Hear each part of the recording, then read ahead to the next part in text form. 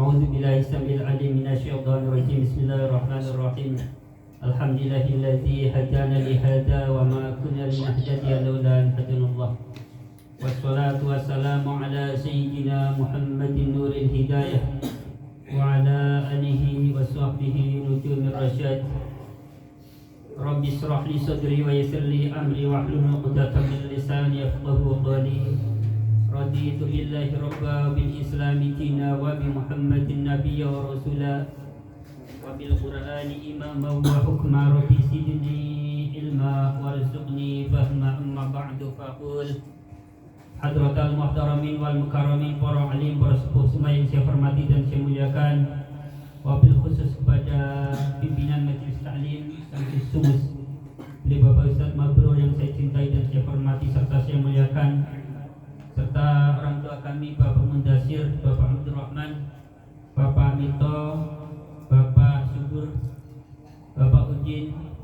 Ya, tak lupa kepada orang tua kami juga Bapak Toto, alhamdulillah yang bisa hadir pada malam hari ini, yang saya hormati dan saya cintai semuanya, serta rekan-rekan semuanya yang saya cintai dan saya hormati serta saya muliakan dan insyaallah dimuliakan oleh Allah Subhanahu wa taala. Saudaraku, mari kita sama-sama membaca hamdalah alhamdulillahirabbil alamin sebagai ungkapan rasa syukur kita kehadirat Allah Subhanahu wa taala yang telah memberikan nikmat hidup yang begitu besar dan begitu banyak kepada kita sekalian. Di antara nikmat hidup yang masih dapat kita rasakan bersama-sama sampai di malam hari ini, alhamdulillah kita semuanya masih bisa melaksanakan sebagian dari sunnah baginda Nabi Muhammad sallallahu alaihi wasallam. Sunnah yang saya maksudkan pada pertemuan kali ini adalah masih bisa hadirnya kita di dalam majelis taklim, sama-sama kita mubahasah dan mudzakarah seputar pengetahuan fikih. Baginda Nabi Muhammad sallallahu alaihi wasallam bersabda, kun aliman aw muta'alliman aw samingan wala takun robingan fatahlik. Kata Nabi, jadilah kamu seorang pengajar, atau paling tidak jadilah seorang pelajar, artinya orang yang masih mau belajar, atau paling tidak jadilah pendengar. Ya. Kalau bisa ngajar, kalau tidak bisa belajar. Kalau masih juga kesulitan, jadilah pendengar yang baik. Itu kata Nabi. Jangan sampai menjadi orang yang nomor 4. Ngajar gak bisa, belajar gak mau, mendengar ogah. Ada gak orang model kayak gitu? Ada. Iya. Jangankan ngaji, mendengarkan ya nasihat, mendengarkan seputar ilmu pengetahuan yang disampaikan oleh teman-temannya yang rajin ngaji nggak mau. Ya, biasanya orang kayak gitu lebih suka menyudutkan orang-orang yang rajin ngaji. Apapun caranya dia cari, ya. Bisa dari sisi ini, dari sisi ini. Ya, nauzubillah min dzalik. Ya, paling tidak kita menjadi orang yang nomor 3 lah ya. Ya, kalau nggak bisa ngajar, jadi orang yang senantiasa belajar, atau paling tidak menjadi pendengar yang baik, artinya bisa menerima nasihat agama. Saudaraku rahimakumullah, semua yang saya hormati dan saya muliakan, salawat serta salam semoga tersanjungkan atas baginda Nabi Muhammad sallallahu alaihi wasallam. Saudaraku, saya mohon keikhlasannya dan kerinduannya untuk sama-sama membacakan surah Al-Fatihah untuk guru kami di Haji Muhammad Nur yang kemarin sempat dirawat di rumah sakit. Ya, insya Allah keadaannya sudah mulai membaik. Ya, beliau adalah seorang guru buat kami, buat saya, teman-teman semuanya yang masih ada. Beliau putra pertama dari Simbati Haji Abdullah Masduki. Jadi sepertinya seorang guru yang paling banyak membacakan kitab kepada saya beliau Haji Muhammad Nur. Dari bidang ilmu nahu. Kalau jurmiyah tingkat dasar ngimriti ke junior, ke senior saya, ya kakak kelas, dan dilanjutkan kepada simbah di Haji Abdullah Masduki. Jurmiyah imriti kepada simbah. Alfian Ibnu Maliknya saya kepada Ki Haji Muhammad Nur. Nah, ini di bidang nahwu. Di bidang Al-Qur'an saya taskhih. Ya, minta dibenarkan bacaan Al-Qur'annya pertama kepada simbah Ki Haji Abdullah Masduki, karena memang wajib bagi santri Tanwir Huda ngaji Quran kepada simbah. Kepada Ki Haji Muhammad Nur saya juga ngaji Quran. Nah, di bidang makhraj saya juga ngaji kepada Ki Haji Muhammad Nur di bidang makhraj. Kemudian di bidang tafsirnya saya ngaji tafsir Jalalain kepada Ki Haji Muhammad Nur. Kemudian di bidang fikihnya mulai dari Fathul Mu'in, Fathul Wahhab saya ngaji kepada beliau langsung. Kemudian di bidang sorofnya kitab Maksud dan kitab Isi serta Qaidul Lughawi, ya. Di bidang mantiknya alhamdulillah saya juga ngaji kepada beliau Haji Muhammad Nur. Nama kitabnya Idhahul Mudham, hanya saja tidak saya kembangkan, ya, karena saya khawatir kalau nanti pintar ngaji mantik, senang sana sini berdebat, saya nggak mau. Jadi cukup saya pernah ngaji, ada kitabnya, saya tahu kitabnya, tetapi tidak saya kembangkan dan tidak pernah saya baca. Udah cukup waktu itu saja. Di bidang balaghahnya saya ngaji kepada Ki Haji Abdullah Masduki. Nama kitabnya Jawharatul Maknun. Jadi jelek-jelek ini Pak Mito udah banyak kitabnya ya. Jadi Pak Mito kalau ngaji sama saya nggak usah nanya keluaran mana, titelnya apa, nggak usah. Ya, jadi itu semboyan saya karena saya merasa tidak memiliki titel apapun. Saya bukan keturunan kiai. Semboyan saya yang penting prakteknya, yang penting kenyataannya. Udah itu saja. Ya, jadi yang penting tesnya udah. Ya, nggak usah nanya gelarnya, nggak usah nanya turunan siapa. Itu saja. Ya. Udah kayak gitu aja kalau saya. Karena saya ngerasa nggak punya gelar apa-apa dan bukan keturunan siapa-siapa. Dan bukan keluaran dari pondok pesantren yang sangat-sangat terkenal yang masyhur, pesantren kecil. Jadi semboyan saya nggak usah nanya itu, yang penting prakteknya. Ya kalau mau tes-tesan ya tes saja. Itu udah. Ya udah. Makanya saya nggak begitu silau juga kalau dengar maaf kalau dengar dari keluaran mana saya nggak silau. Udah yang penting prakteknya saja lah. Ya. Mohon maaf jadi agak ngelantur sedikit ya. Bismillahirrahmanirrahim ya Allah. Saya takut karena nafsu ini.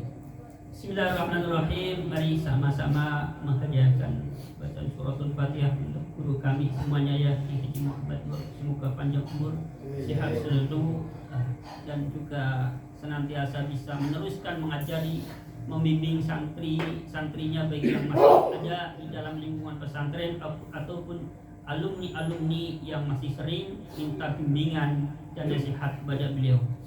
Bismillahirrahmanirrahim. Al-Fatihata ila ruhi wa jasadi wa aqli wa qalbi Haji Muhammad Nur. Syaulalahul Fatihah. A'udzu billahi minasyaitonir rajim. Bismillahirrahmanirrahim.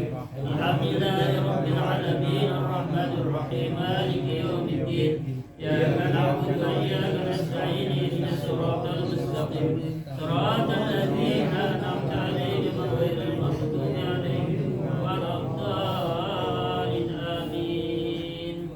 Dulu saya pernah mendengar dari ayah dari Bapak Subur, ya, almarhum dari Bapak Subur dulu pernah bilang waktu itu, ayahnya Bapak Subur ini kan kepala desa. Dia pernah bilang kepada santri-santri waktu itu, Kiai Muhammad Nur adalah seorang kiai yang akhlaknya baik. Saya mengetahui dari waktu masih kecil memang akhlaknya sudah baik. Kata ayahnya Bapak Subur, saya dengar langsung, ya. Jadi jadi saksi, bukan hanya saya saja yang mengatakan bahwa Kiai Haji Muhammad Nur merupakan sosok kiai yang memiliki akhlak yang sangat-sangat baik. Jadi buat saya dan buat teman-teman semuanya merupakan satu kenikmatan dari Allah Subhanahu wa taala apabila memiliki seorang guru yang akhlaknya baik. Sebab dikatakan di dalam kitab Ihya Ulumuddin, idza jama'al Bismillahirrahmanirrahim, idza jama'al muallimu salasan tammat an-ni'matu biha 'alal muta'allimi as-sabru wa tawaddu'u wa husnul khuluqi wa idza jama'al muta'allimu salasan tammat an-ni'matu biha 'alal muallimi al-'aqlu wal adabu wa husnul fahmi. Dikatakan di dalam kitab Ihya Ulumuddin, ketika terkumpul 3 hal pada seorang mu'allim, seorang pengajar, seorang kiai, seorang ustadz, 3 hal terkumpul baginya, maka merupakan sebuah kenikmatan yang sempurna bagi seorang murid. 3 hal tersebut, yang pertama adalah sabar. Jika seorang murid memiliki guru yang sabar, maka itu merupakan suatu kenikmatan yang luar biasa.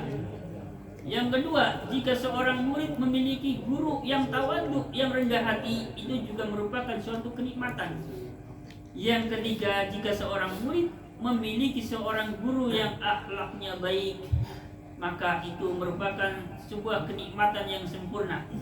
Jadi cari guru yang penyabar, yang tawadhu, yang akhlaknya baik. Sudah 3 hal ini. Sempurna itu kenikmatan. Sempurna bagi seorang murid. Nah, sebaliknya, bila seorang murid mengumpulkan 3 hal, artinya memiliki 3 hal. Yang pertama, akalnya cerdas. Yang kedua, memiliki adab sopan santun. Yang ketiga, pemahamannya baik. Sudah cerdas, beradab, gampang paham. Bagi seorang guru memiliki murid yang seperti ini tentu merupakan suatu kenikmatan yang sempurna. Jadi yang dibanggakan oleh seorang guru adalah ketika memiliki seorang murid yang cerdas, sopan, serta gampang paham. Makanya sebagian ulama ahli hikmah berkata, ini la arhamul rijalan karahmati la hadi rajulin yatlubul ilma wa la yafham wa rajulin yafhamul ilma wa la yatlubuhu. Kata beliau, aku tidak menyayangi orang-orang seperti sayangnya aku kepada salah satu dari 2 orang. Yang pertama yang dia sayangi, seseorang yang senang mencari ilmu pengetahuan tapi tidak paham, senang atau rajin ngaji tapi nggak paham. Ya, buat ulama ahli hikmah ini juga merupakan sesuatu yang bisa disenangi, ya, sayang dia. Yang kedua, seseorang yang sebenarnya gampang paham, cerdas, tetapi sayang tidak mau mencari ilmu pengetahuan. Cerdas tapi malas, juga sangat disayangkan. Dongane rajin tapi sayang, orang paham aja juga disayangkan. Tapi kedua-duanya ini disayang oleh siapa? Oleh sebagian ulama ahli hikmah. Jadi saudaraku rahimakumullah, semua yang saya hormati dan saya muliakan, mari kita sama-sama lanjutkan pengajian kita. Masih seputar tentang apa? Seputar tentang sholat Jumat, khutbah, dan sholat zuhur. Jadi ada beberapa hal, setidaknya 3 atau 4 atau 5 hal yang akan saya sampaikan yang ada kaitannya dengan sholat Jumat, khutbah, dan sholat zuhur di hari Jumat, serta sholat Jumat yang bertepatan dengan Id, baik itu Idul Fitri ataupun Idul Adha. Saya mulai dari yang pertama. Bismillahirrahmanirrahim. Hadza farmun ayasihu zuhru man la udhra lahu qabla salamil imami fa in sholaha jahilan in naqadat naflan. Jadi di sini ada sebuah penjelasan begini. tidak sah sholat zuhurnya seseorang yang meninggalkan sholat Jumat tanpa ada udzur. Ya, ada orang sholat zuhur di hari Jumat, dia tidak mendatangi sholat Jumatnya itu tidak ada udzur sama sekali karena malas lah.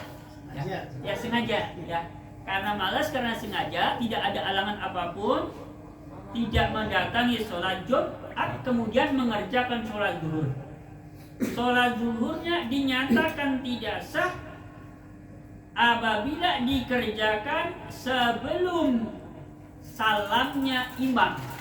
Makanya dulu waktu saya masih anak-anak, ya, kalau lagi malas sholat Jumat, dibilang nanti, kalau bahasa Indonesianya ya, nanti sholat zuhurnya setelah orang-orang yang Jumatan pada pulang. Jadi artinya apa? Jadi nunggu pelaksanaan sholat Jumat di masjid itu sudah selesai, baru sholat zuhur. Jadi apabila dilakukan, ya, sholat zuhur di hari Jumat, padahal dia sebenarnya nggak ada udzur apapun, kok sholatnya sebelum di masjid salam, ya, kan dengar biasanya lah, ya, biasanya dengar, maka sholat zuhurnya tidak sah.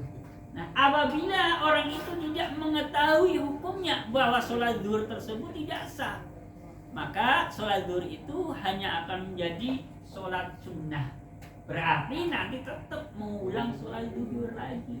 Karena sholat zuhur yang tadi, karena belum tahu hukumnya, ya, tetap melaksanakan sholat zuhur, maka menjadi hukum sholat sunnah. Ya, nanti diulang lagi sholat zuhur. Jelas ya?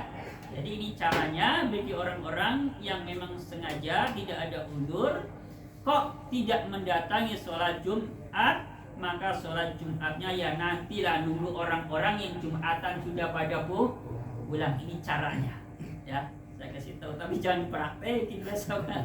Ya. Kalau kata santri sih kayak ini, ya udah tahu ilmunya, dipraktekin sekali-kali lah. Itu kata santri. Bismillahirrahmanirrahim. Saya lanjutkan. Walau tarokaha ahlu baladi fasallu az-zuhra lam yasiha man lam yadhiq al-waqtu man aqalli wajibil khutbataini was-salati wa in mulima min adatihim annahum la yuqimuna al-jum'ata. Jadi apabila ada di suatu kampung yang sebenarnya kampung tersebut penduduknya sudah mencapai bilangan 40 bagi orang-orang yang sudah berkewajiban melaksanakan sholat Jumat, sudah memenuhi syarat sahnya.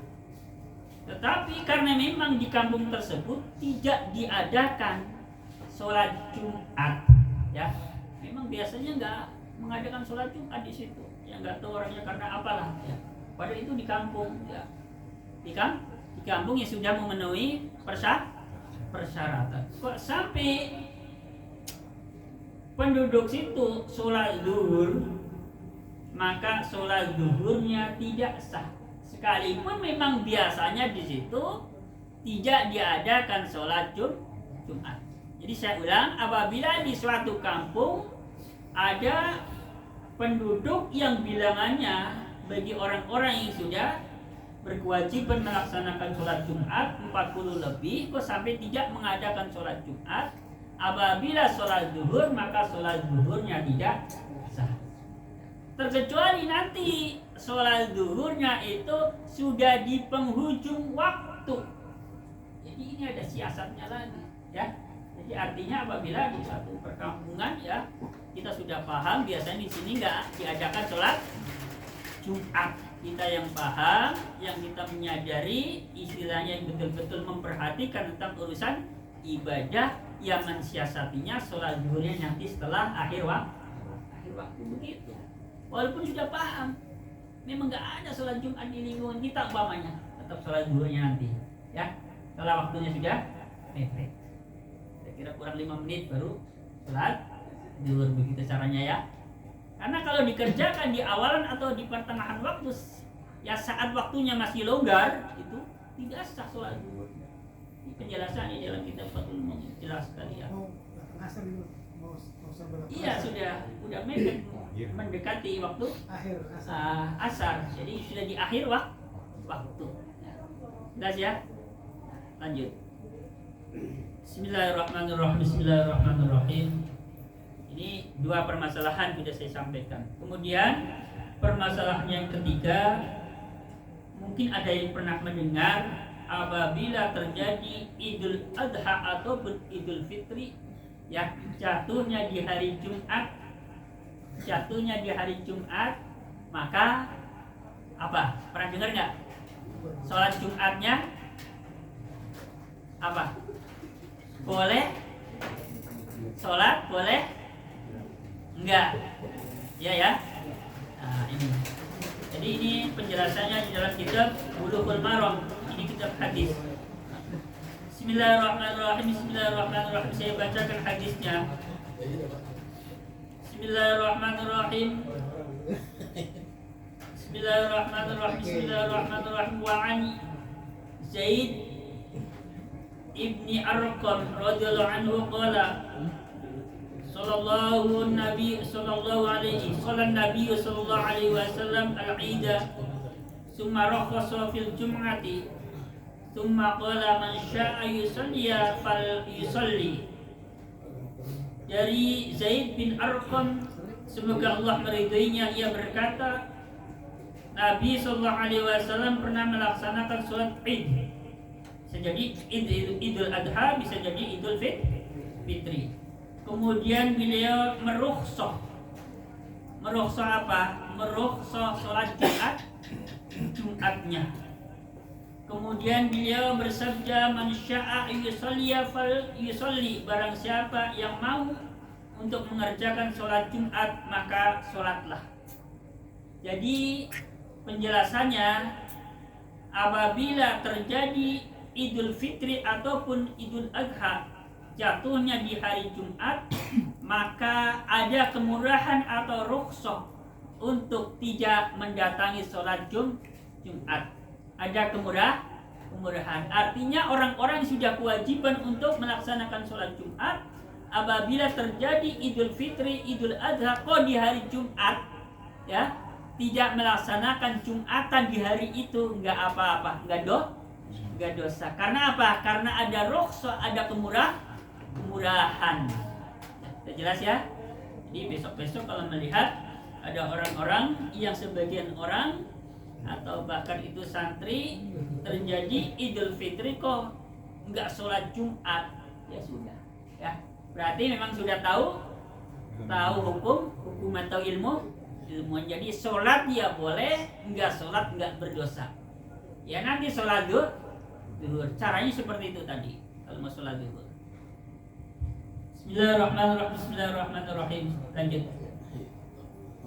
3 permasalahan. Satu permasalahan lagi ini terkait dengan sholat tahiyatul masjid yang sebenarnya sudah pernah ditanyakan dan pernah saya jawab.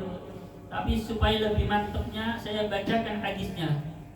Bismillahirrahmanirrahim. Wa an Jabir radhiyallahu anhu qala dakhala rajulun yawmal jumu'ati wan nabiyyu sallallahu alaihi wasallam yakhutubu faqala shalaita qala la qala qum fasalli rak'ataini muttafaqun alaih.